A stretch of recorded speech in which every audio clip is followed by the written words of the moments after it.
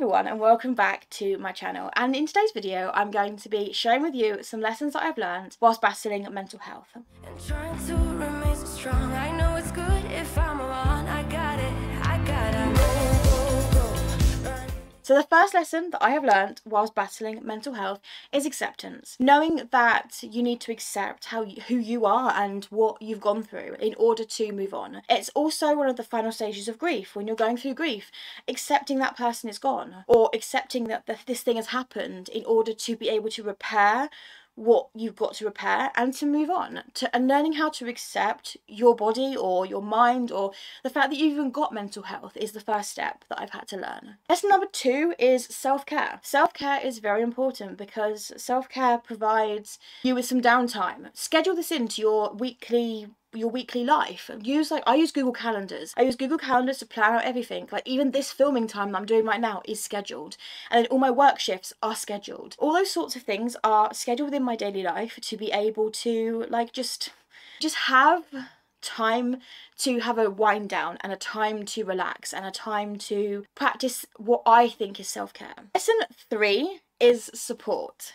Support from friends, family, significant others, support from helplines, and I will leave a load of helplines in the description box down below and at the end of this video if you need them. But yeah, I've learned that support is a very important one to have. Samaritans is a charity here in the UK that has personally helped me a lot when I felt like I've had nobody, and they have a helpline which is 24/7 365 days a year. It is one of the best charities out there, and I will never stop singing their praise because I believe that they've saved my life at some points. Like the helpers and the Samaritans I've spoken to have saved my life on some occasions, so they have really played a big part in my mental health recovery. Lesson 4 that I learned is patience. Patience is a very big one, and it's hard to accept that you've sometimes got to give it time. Sometimes time is one of the biggest things, and when I was really unwell, when people used to say to me, oh, you need to give it time, I used to get so frustrated over them keep saying, oh, give it time, give it patience. And I used to be like, well, I don't want to do that. I just want to be well now. And it became frustrating when all I was hearing from health professionals was time, give it patience. And I just got so frustrated with them. But it's true, giving something time and giving yourself time to heal.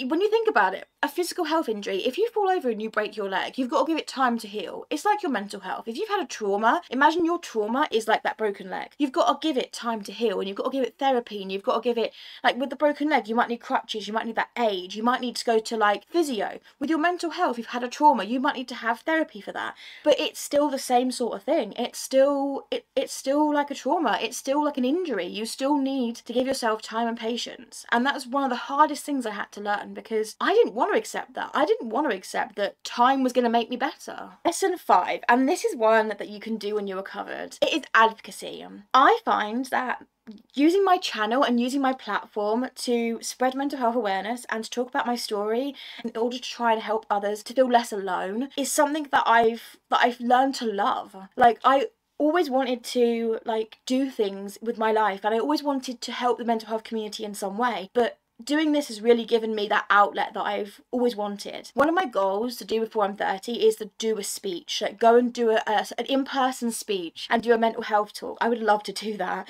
So it's one of those, but I have these big dreams and these big goals, and being an advocate for mental health is something that I always dreamed of doing, whether that was to become a mental health nurse and help in that way, or whether that was to be a motivational speaker and do it in that way. But either way, I've always wanted to give back to the mental health community. Having suffered and been under the mental health system for over 10 years of my life, I've wanted to always give back. And I finally feel that this channel is giving me that platform in order to do so. So yeah, if you haven't subscribed already and you haven't helped me on that journey, then please hit the subscribe button. I post weekly mental health videos, and I post like other videos as well on Friday. So I'm active on this channel so much. So if you enjoy my sort of videos, then I would love you to join my YouTube family. But getting back on topic, remember that fighting a mental illness is not a weakness. Fighting a mental health problem is something that over 50% of the population investigation go through. So please remember that you're not alone and that I believe in you even if nobody else does. And that's something I say at the end of all my videos.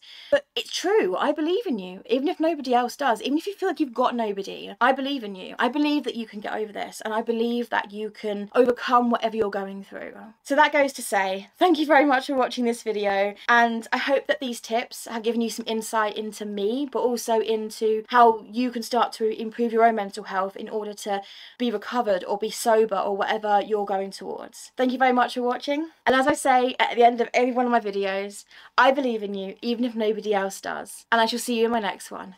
Bye. Just like you're young again, no, don't you cry. Just get back up again.